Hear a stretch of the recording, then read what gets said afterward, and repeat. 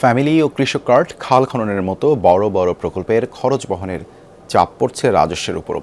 বিশাল এই মহাযজ্ঞের ব্যয় বহনে মেগা প্রকল্পের অপচয় রোধ, উন্নয়ন বাজেটে কাটছাঁটের পাশাপাশি রাজস্ব আহরণে জোর দিচ্ছে সরকার। তাই আগামী কয়েক বছরের মধ্যে কর জিডিপির অনুপাত 10% নিয়ে যেতে চায় এনবিআর। তৈরি করা হচ্ছে কর জাল বিস্তৃতের হিটম্যাপ। সিলভার টিপ কন্ট্যাক্টে তৈরি নিরাপদ ও নান্দনিক ক্লিক সুইচ নির্ভরতা জীবন জুড়ে। 16 মার্চ দিনাজপুর থেকে আনুষ্ঠানিকভাবে খাল খনন প্রকল্প শুরু করেছে সরকার। পাউবর মতে 30 ফিট চওড়া আর 10 ফিট গভীর একটি খাল খননে লাগে 2 কোটি টাকার মতো। এই হিসেবে 20,000 কিলোমিটার খাল খনন ও পুনঃখননে লাগতে পারে 5,000 কোটি টাকার কম বেশি। সম্ভাব্য খরচের তালিকায় সরকারের আরেক জনপ্রিয় উদ্যোগ ফ্যামিলি কার্ড প্রকল্প। দেশের প্রায় 4 কোটি পরিবারকে এই সামাজিক সুরক্ষার আওতায় আনলে বছরে ব্যয় হতে পারে 1,20,000 কোটি টাকার মতো।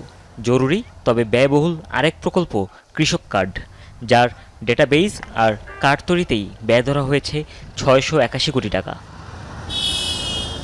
কোথা থেকে আসবে এই বিপুল বাড়তি অর্থ, সেই হিসাব মিলাচ্ছে অর্থ ও পরিকল্পনা বিভাগ।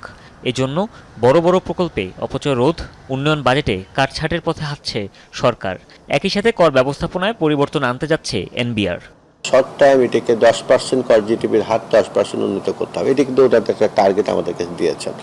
কিভাবে আমরা করব সেই কর্মসূচি আমরা গ্রহণ করছি। আমরা বেশ কিছু জায়গা চিহ্নিত করেছি, কিভাবে আমাদের সক্ষমতা বৃদ্ধি করতে হবে, কিভাবে আমাদের করের নেটটা কিভাবে বৃদ্ধি করে আমরা এটাকে এগিয়ে নিয়ে যেতে পারি, কিভাবে কর হারটা যৌক্তিকীকরণ করতে পারি। সেন্টার ফর পলিসি ডায়ালগ সিপিডির গবেষণা পরিচালক বলছেন, যথাযথ উদ্যোগ নেওয়া হলে বছরে কম বেশি আরও 2 লাখ কোটি টাকার রাজস্ব আহরণ হতে পারে। সেখান থেকেই আসতে পারে এসব প্রকল্প ব্যয়ের বড় একটি অংশ। কিন্তু এই প্রকল্পগুলো জনতুষ্টির কিনা, এগুলোর কলেবর কতটা হবে তা ভেবে দেখার অবকাশ রয়েছে। আমরা প্রকৃত অর্থটি জানি না। এই মুহূর্তে কিন্তু সরকারের এক ধরনের রাজস্ব সংকট রয়েছে। সুতরাং এই মুহূর্তে সরকারকে অন্তত যৌক্তিকভাবে ব্যয়েরও প্রশ্ন দাঁড়ায়, যদিও সামাজিক খাতে ব্যয়ের একটা প্রাধিকার রয়েছে। তবে এর মানে এই না যে সরকারের এই ধরনের রাজস্বর উৎস নেই।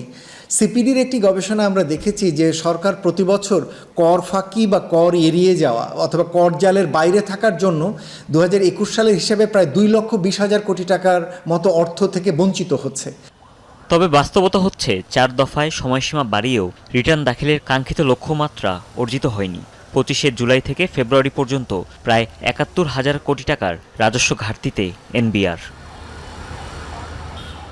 হুমায়ুন রশিদ, যমুনা নিউজ, ঢাকা।